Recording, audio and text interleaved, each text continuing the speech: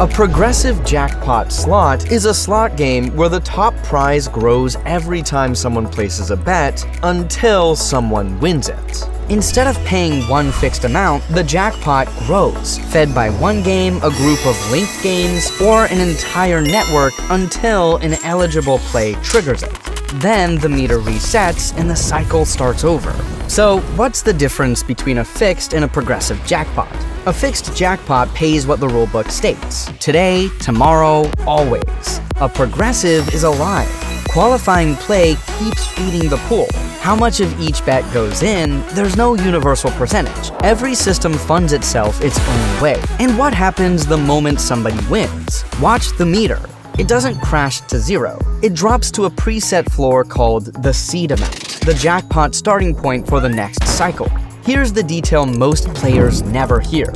The seed can be funded through the game's approved jackpot system, a reserve set aside in advance, not just the latest wagers. Now, the question everyone actually asks: which bets count toward a progressive jackpot? That word, qualifying, does a lot of work. An eligible bet is one that meets the game's jackpot rules, and those rules can hinge on stake, denomination, credits, a side bet, or a game mode. Do you need max bet? Not always. Some games demand max credits.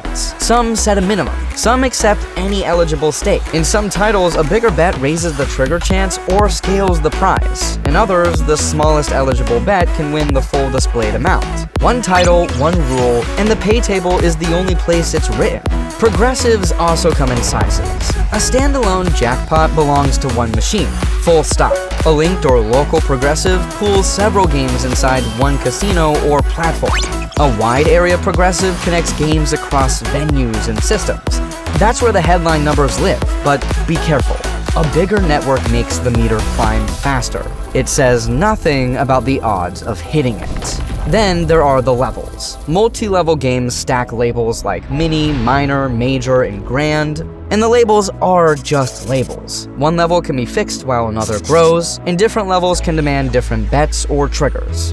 Read the rule under the name, not the name. How does a progressive jackpot actually fire? 4 main doors: a specific symbol combination, a bonus round, a pick feature, or a mystery award that lands independently of what the reels show. Behind the door, the decision can come from the main game RNG, a separate jackpot RNG, or an external controller. The design decides. You'll also meet must-hit-by, must-drop, daily, and hourly jackpots. A must-hit-by has a published ceiling with a hidden trigger somewhere below it. The prize must land before the meter touches that limit. Daily and hourly, those names can cover very different machinery.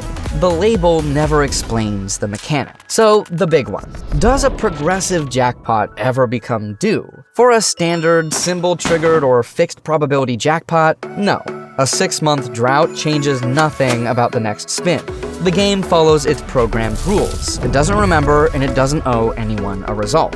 Must-hit-by is the honest exception. As that meter creeps toward its ceiling, less room remains before the hidden trigger has to fire. But don't stretch the logic. It only applies to jackpots built with that rule.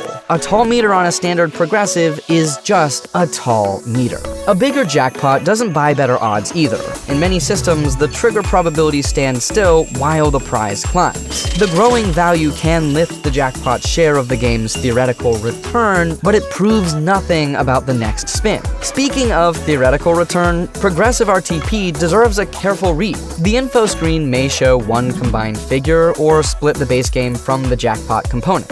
When part of the return hides inside a rare jackpot, the everyday game can feel leaner than a similar non-progressive slot. RTP is a long-run average. It has never been a forecast for one session. So before playing, check 6 things. Which levels actually grow, which wagers qualify, whether the stake changes the odds or the prize, how the jackpot triggers, how the RTP is presented, and whether there's a seed value or a must-hit-by ceiling. 6 lines on the info screen.